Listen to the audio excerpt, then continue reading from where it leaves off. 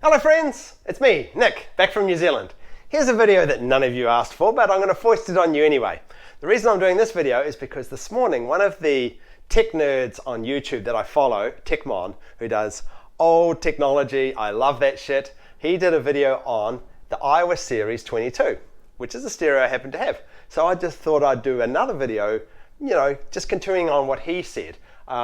Maybe correcting a couple of things he said and giving you a little bit more information on this unique early 80s mini system stereo.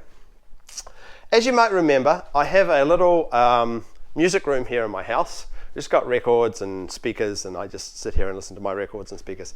And up till recently I had a Marantz system, which is, they're great. They're amazing systems, the Marantz, and arguably a higher quality system than the Aiwa that I've got now, but didn't quite have the feature set that I wanted. Plus, when I was just a youngster with freckles, I would go to my parents' friends' places, and they had one of these stereos, and I thought, one day when I'm growing up, I'm going to get me one of those stereo systems. And as I'm almost growing up now, here we are, with my very own Aiwa 22 series stereo. Now, as TECHMOAN pointed out, this is an Aiwa Mini system it was actually designed in 1979, but were really sold in the 1980s, 80 through to 84, this model. And it really consisted of 4 common components, although you could get other components for it. And the common components were the preamp, which really selected what you're listening to, tuner, auxiliary,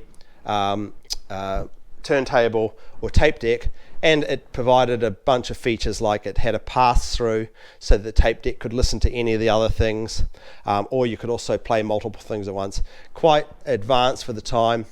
And then it had a tape deck, of course, which didn't have metal at this point, but did have most of the other features and really a high quality bit of kit, and a tuner. And one of the things that TECHMOAN said in his video was it's very rare to see a digital tuner back in the early 80s. And it's sort of a trick in a way, because this actually has a regular analog oscillator in it, and with a clever series of pulleys and wheels, they've sort of married it to a digital display. So they can get a little bit out of sync with the radio station and what's being displayed, but it does look like a digital tuner, and even has a little digital meter, which I like the look of. Now, as TECHMOAN said in his video, the speakers were garbage. So I haven't bothered using the speakers that came with the system.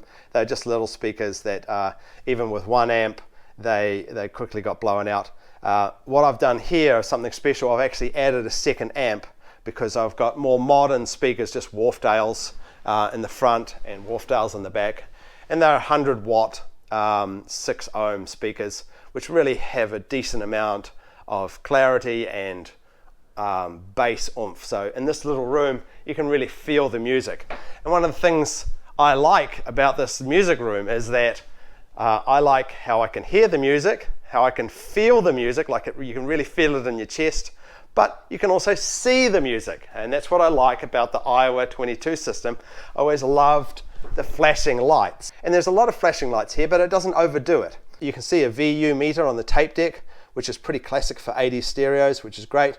And it's also got a power output, a power indicator on each amp. With 400 watt speakers, 1 amp just wasn't enough. You get it up to about sort of 50% power and the amp would sort of shut itself off. But because the preamp is such a quality bit of equipment, I was able to split the power out of the preamp to 2 separate amplifiers. So 1 amplifier does the back speakers and 1 amplifier does the front speakers, and you can ramp the volume up to full power, scare the dogs. Of course, this being an old analog system, you've still got your analog bass and treble and a couple of filters up here. What I've done, of course, I've added a Bluetooth streaming unit, so I can just stream music from my phone or my iPad or my computer to the auxiliary 1. There's a spare auxiliary 2. Of course, there's the turntable up here, and of course the tape deck and tuner over here. Now, one of the features that I do like about this, which was also different about what TECHMOAN said, is that this has a pass-through power system. That is,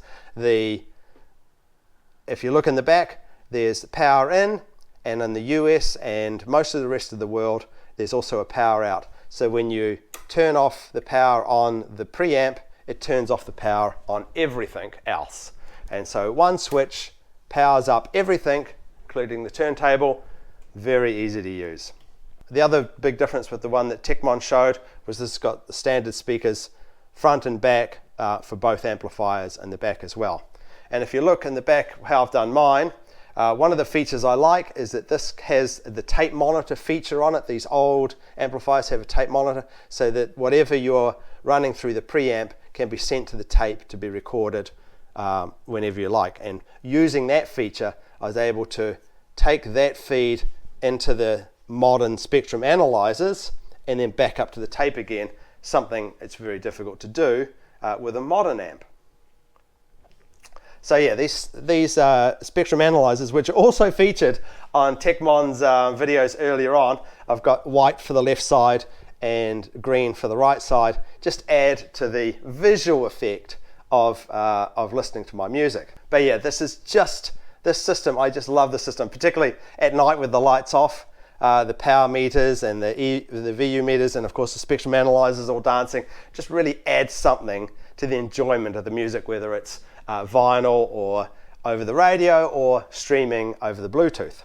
And of course you probably want me to demo how it sounds. Well, of course it only is going to sound exactly how your speakers on your iPad or phone or computer or whatever you're listening to. So it's not really, so I can't really demo how it sounds, but I will play something for you and get a copyright strike, no doubt.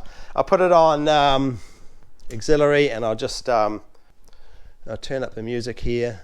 I'll turn on the speakers, and I'll play a bit of Toto's Africa, which is good 80s stuff suitable for a stereo like this.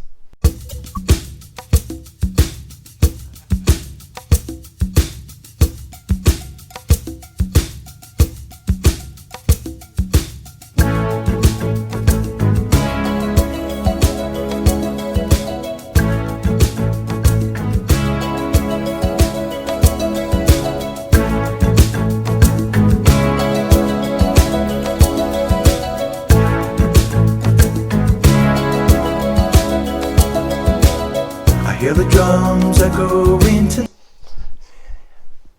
So there you have it, the Aiwa 22 series. They're kind of difficult to find, although if you do a search on eBay, they do come up quite often.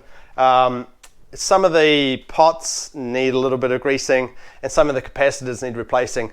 If you're not familiar with that sort of stuff, you can send it into a shop and get those done. It's not expensive to get these fixed, and they sound great. They look so cool. For a 40-year-old stereo system, this is everything I've actually ever wanted in a stereo. I absolutely love it. And yeah, to overcome the limitations of the 60-watt power, you can double up on the amps and get 120 watts of power, which is ample for most people. Anyway, thanks for watching, and we'll return to normal, boring Porsche stuff very, very soon. Anyway, catch you guys soon. Bye then.